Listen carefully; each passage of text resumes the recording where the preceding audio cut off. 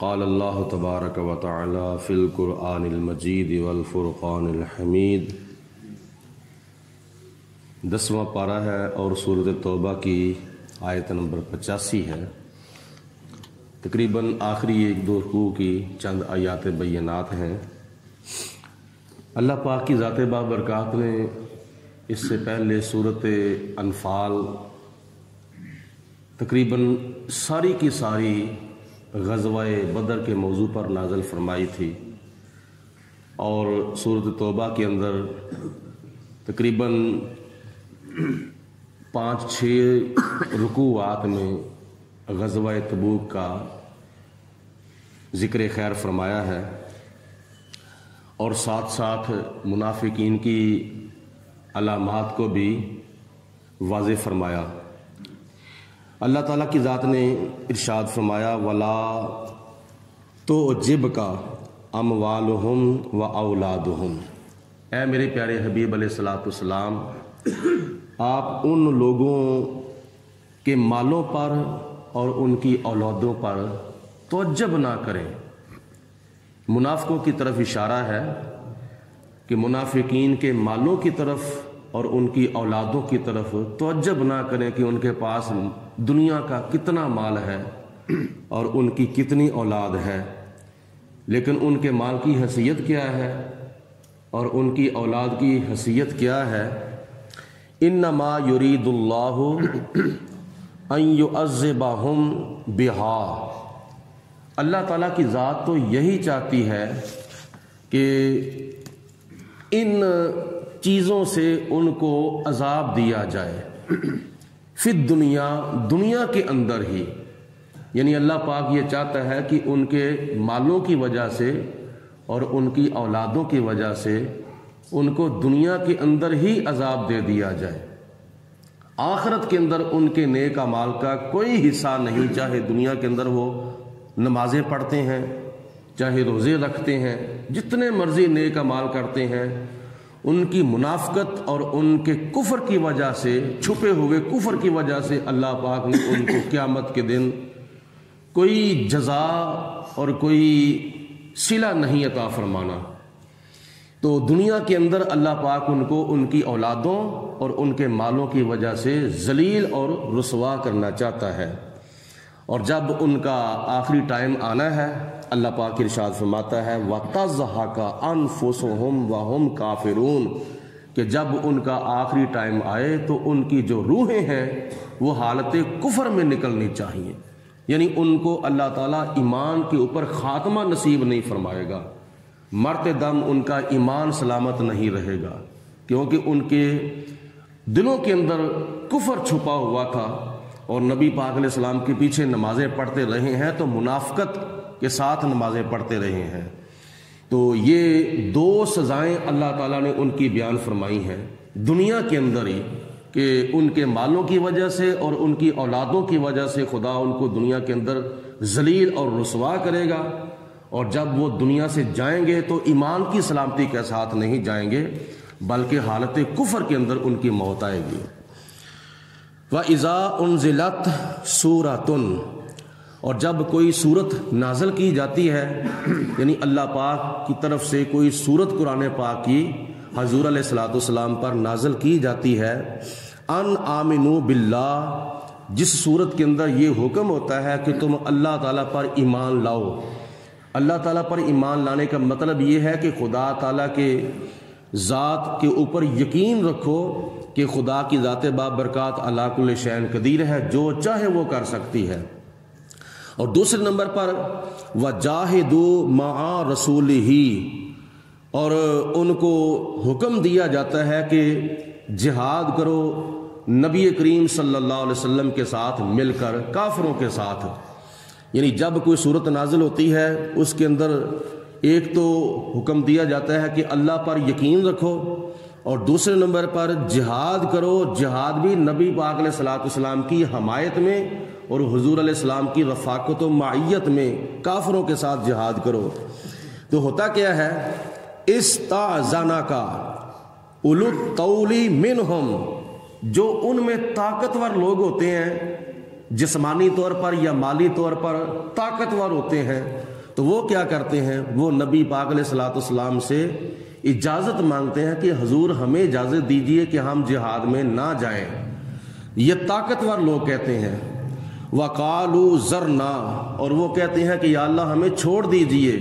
ہمیں واپس جانے کی اجازت دیجئے، نَكُمْ مَعَ الْقَائِدِينَ، تاکہ ہم گھروں میں بیٹھنے والوں کے ساتھ جا کے مل جائیں۔ یہ کون لوگ کہتے ہیں؟ منافقوں میں سے جو طاقتور لوگ ہیں، جن کے جسم میں طاقت بھی ہے، جن کے پاس دنیا کا مال بھی ہے، تو دونوں چیزوں سے اللہ تعالیٰ نے جہاد کرنے کا حکم دیا ہے، اپنی جانوں کے ساتھ جہاد کرو اور اپنے مالوں کے ساتھ جہاد کرو۔ جو جسمانی طور پر طاقت ہے وہ جہاد جا کے کرے، اور جس کے پاس مال ہے وہ مال جہاد کے فنڈ کے لیے جمع کرائے۔ تو اللہ پاک نے فرمایا کہ جب ان کو حکم دیا جاتا ہے کہ اللہ پر یقین رکھو اور حضور علیہ الصلوۃ والسلام کے ساتھ مل کر اللہ کی راہ میں جہاد کرو، تو طاقتور لوگ جو ہیں وہ کیا نام ہے، جان چھڑانے کی کوشش کرتے ہیں۔ ردو، انہوں نے اس چیز کو پسند کیا کہ بِأَن يَكُونُوا مَعَ الْخَوَالِفِ، کہ ہم گھروں میں بیٹھنے والی عورتوں کے ساتھ جا کے ہو جائیں، یعنی انہوں نے اپنی بیویوں کو ترجیح دی،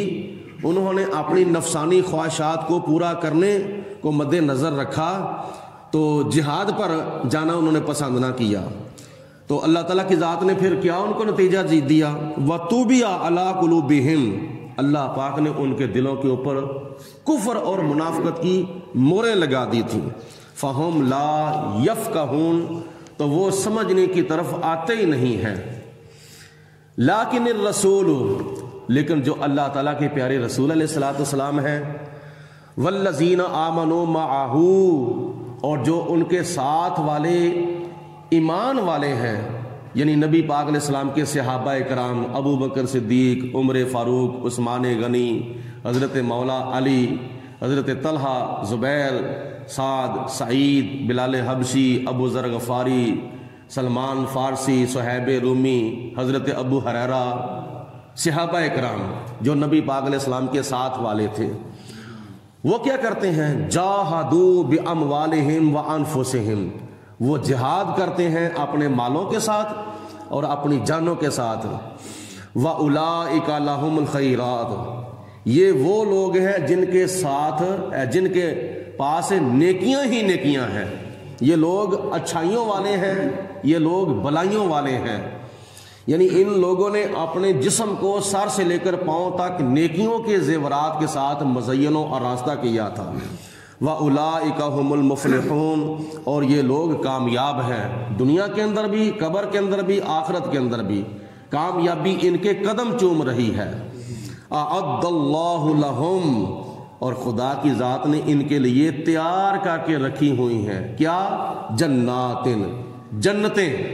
آخرت میں اللہ پاک نے ان کے لیے جنتیں تیار کر کے رکھی ہیں۔ تجری من تحتها الانہار، وہ جنتیں، وہ باغ جن کے نیچے مختلف مشروبات کے دریا بہہ رہے ہیں، حوض کوثر کا دریا بہہ رہا ہے، شرابن طہورا کا دریا بہہ رہا ہے، شہد کا دریا بہہ رہا ہے، اور دیگر خوشبودار اور میٹھے میٹھے مشروبات کے دریا جو ہیں وہ چل رہے ہیں، وہ باغ ہیں ان لوگوں کے لیے۔ خالدین فیہا، ایک ان کے لیے انعام یہ بھی ہے کہ جب یہ جنت میں جائیں گے تو پھر ہمیشہ کے لیے جنت میں رہیں گے، کبھی بھی جنت سے باہر نہیں نکالے جائیں گے۔ تو ہمیشہ کے لیے اس کا مطلب یہ ہے کہ ان کو کبھی موت نہیں آئے گی، جب موت نہیں آئے گی تو پھر تا حیات، یعنی جب اللہ تعالیٰ کی ذات بابرکات ہے تو یہ جنتی لوگ جنت میں ہیں، تو خدا کی ذات بابرکات تو ہمیشہ کے لیے ہے۔ مطلب یہ ہے کہ دنیا کے اندر ہماری زندگی کی اخیر ہے، دنیا کی زندگی کی اخیر کیا ہے؟ موت، لیکن جب بندہ موت کا ذائقہ چکھ لے گا تو پھر اس کے بعد قبر کے اندر جائے گا، تو قبر کے اندر بھی ایک بندے کو موت آنی ہے۔ وہ کون سی موت ہے؟ وہ موت سے مراد کہ موت کی غشی اللہ پاک ان کے اوپر طاری کرے گا، پھر قیامت کے دن اللہ پاک ان کو زندہ کر کے اٹھائے گا۔ مطلب یہ ہے کہ قبر کے اندر بندہ جب منکر نکیر کو حساب و کتاب دیتا ہے اس وقت اس کے جسم کے اندر روح ہوتی ہے، وہ آنکھوں سے دیکھ رہا ہوتا ہے، وہ کانوں سے سن رہا ہوتا ہے، اور بلکہ فرشتے اس کو قبر کے اندر بٹھا لیتے ہیں حساب و کتاب لینے کے لیے۔ لیکن قیامت کے قریب اللہ پاک ان تمام اہل قبور کے اوپر موت کی غشی طاری فرمائے گا، تو پھر اس کے بعد حضرت اسرافیل علیہ السلام 2 پھونکیں ماریں گے۔ ایک پھونک جب اللہ تعالیٰ کے فرشتے ماریں گے تو جتنے بھی انسان دنیا کے اندر ہوں گے وہ سارے کے سارے مر جائیں گے، اور دوسری پھونک جب ماریں گے تو وہ جتنے قبروں کے اندر ہوں گے یا جتنے زمین کے اوپر ہوں گے وہ سارے کے سارے زندہ ہو کے کھڑے ہو جائیں گے۔ اس کے بعد پھر قیامت آ جائے گی۔ تو اللہ پاک فرماتا ہے ان 2 موتوں کے بعد پھر